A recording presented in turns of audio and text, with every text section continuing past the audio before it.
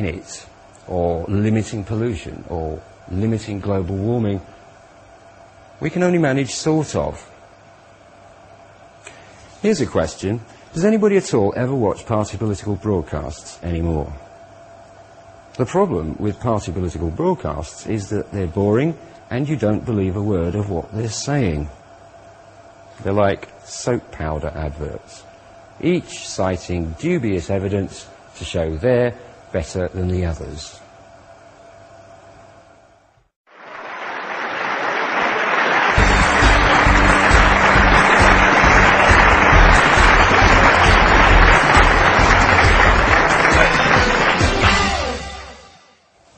This isn't a party political broadcast, for two reasons. First, nobody's asking for your support, your vote, your obedience, or your money. Second, what you are being asked to do is much harder than that. The idea is for you to question the basis of modern society yourself. Think about it, and then go away and think what to do about it.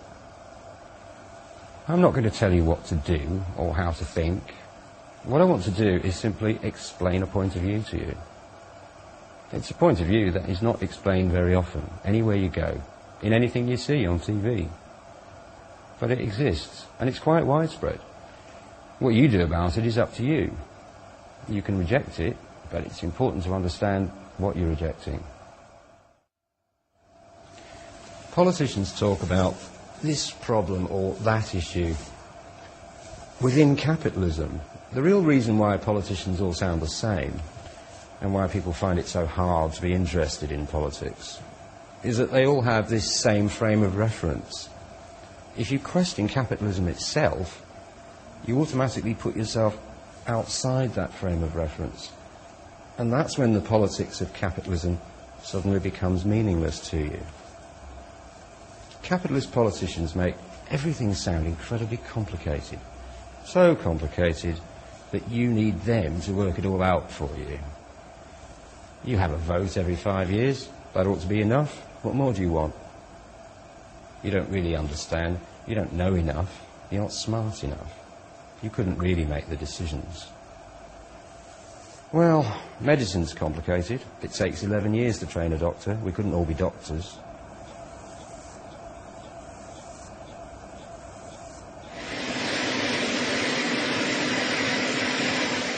But who ever heard of Politician College? What qualification do politicians have, which is beyond the rest of us? There isn't one, is there? Anybody could go into politics.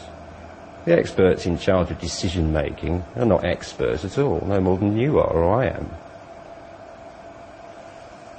Let's get something straight here. Two men in a pub could bore and bewilder you for several hours with football talk, if you were daft enough to let them. But the rules of football are pretty simple. It's the same with politics. The universe of histories and details go on forever. But the basic rules of capitalism are quite easy to understand. And so are the consequences of those rules. It really isn't rocket science. And once you understand what the rules are, you're then in a position to ask yourself a novel question: whether you actually agree with those rules.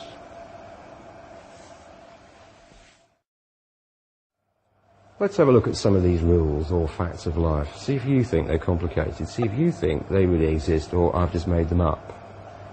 Rule of thumb number 1.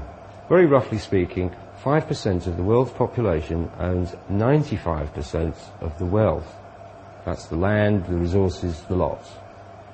That's about 1 person in 20. 1 person has all the wealth and the power. 19 have nothing very much at all. That's called the unequal distribution of wealth.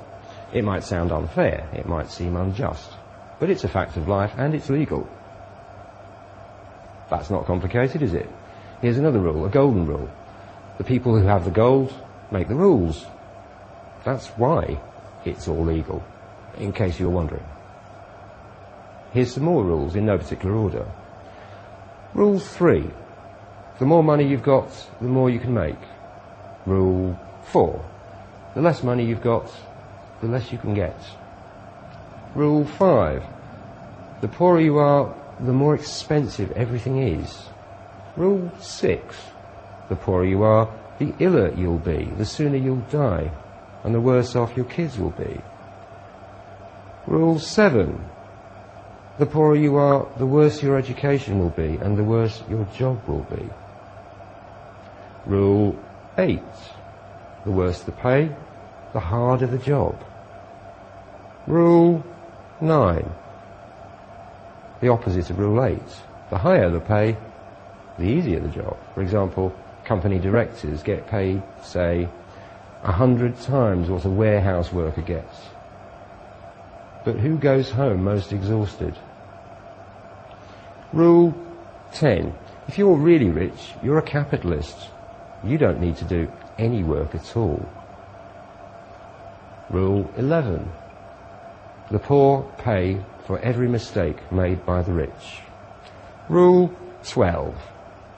Rich people start wars that poor people have to fight. Rule 13. Most rich people get rich by inheriting.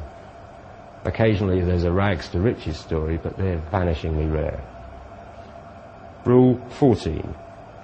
Most poor people stay poor through hard work, thrift and sacrifice. That's enough rules. You decide, have I made these up? Am I just a cynic? Or do they sound like things that you've thought as well?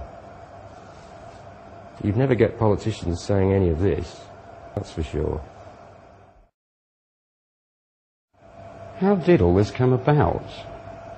You might think it's always been this way. It hasn't. But I'd have to spend all day on the history and prehistory of the human race to prove it. And we haven't got all day. Anyway, I'm not really trying to persuade you, only get you to understand what the point of view is. So, instead, let's illustrate by analogy how it all started. I want you to imagine a nursery where 20 kids are playing happily. They have the odd spat now and again, but nothing serious. If you've been in kindergartens yourself, you can see how kids operate. They have arguments, they get over it, they work things out, often without any intervention by the supervisor. They're not skilled at diplomacy or people management, they're just doing what comes naturally. Now suppose that the nursery supervisor did a very strange thing and introduced a new kind of game. Except it's not a nice game, it's a rather sick game with sick rules. In this new game, the supervisor gives all the toys to one child. Let's call him Rex. And all the other children have nothing. They can't play with any toy unless they get Rex's permission first. Now, Rex has all the toys, and so Rex has something else too. A new thing that didn't exist before. Rex has got power. If other children want toys to play with, which they will do, being kids, they have to do what Rex says.